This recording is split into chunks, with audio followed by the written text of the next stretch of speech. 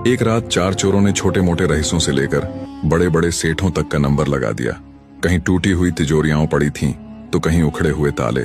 धन की चमक ने उनकी आंखें चौंधिया दी थीं और लोभ ऐसा बढ़ा कि उन्हें लगा आज की रात जैसे खुद किस्मत उनका साथ दे रही हो।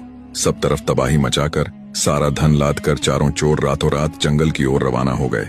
जंगल का सन्नाटा ऐसा कि पत्ते भी सरसराते थे तो दिल दहल जाता। उन्होंने सोचा पहले तन मन को संभाल लें, फिर आराम से बंटवारा करेंगे। इसी सोच के साथ चारों थोड़ी देर आराम करने लगे। देखते ही देखते आंख लग गई और थकान ऐसी थी कि कब रात ढलकर सुबह हो गई किसी को पता ही न चला। सुबह होते ही भूख के कारण पेट में चूहे कूदने लगे। आपस में सलाह मशविरा करने के बाद 2 चोर मिठाई लेने शहर की ओर रवाना हुए और 2 धन की रखवाली के लिए वहीं रुक गए। कुछ खाने की चीजें लेने निकले चोरों के मन में रास्ते में ही लालच का कीड़ा कुलबुला उठा। कहते हैं ना, लोभ की आग में समझ सबसे पहले जलती है।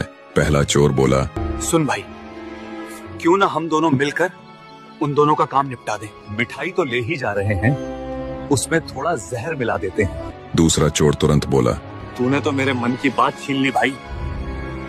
उन दोनों के हिस्से का धन हमारा हो जाएगा। इसी सोच के साथ वे वहीं मिठाई में जहर मिलाने लगे। उधर जंगल में धन की रखवाली कर रहे चोरों की नीयत भी गड़बड़ाने लगी।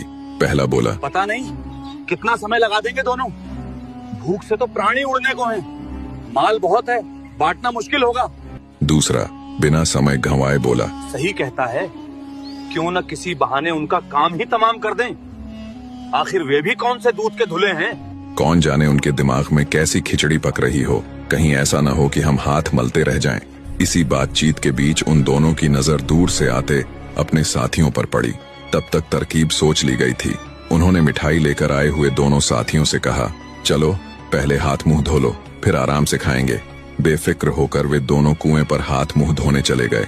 जैसे ही वे दोनों कुएं के पास पहुंचे, बाकी 2 चोरों ने मौका देखकर उन्हें पीछे से धक्का दे दिया।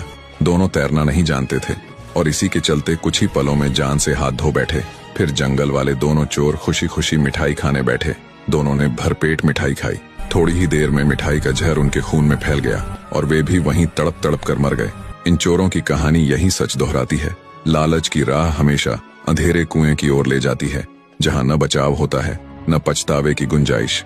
और यही जीवन का अटल नियम है, जैसा कर्म वैसा फल।